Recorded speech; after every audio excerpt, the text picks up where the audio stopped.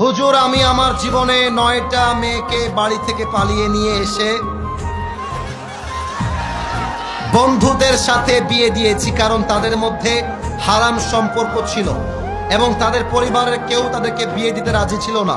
মেয়েগুলোর অন্য জায়গায় বিয়ে দিচ্ছিল, এই জন্য পালিয়ে নিয়ে এসে বন্ধুদের সাথে বিয়ে দিয়েছি।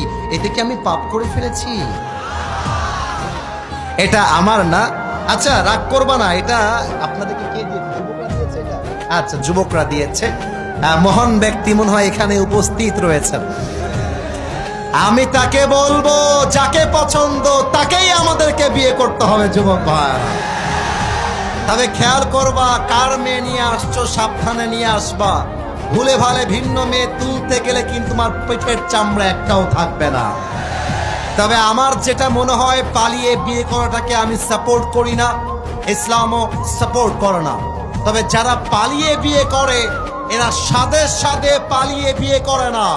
আরে দেয়ালে পিঠ ঠেকলে মানুষ পালিয়ে বিয়ে করতে বাধ্য হয়।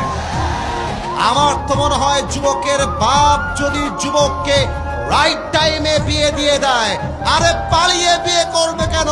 ধুমধাম করে সবার সামনে বিয়ে হবে।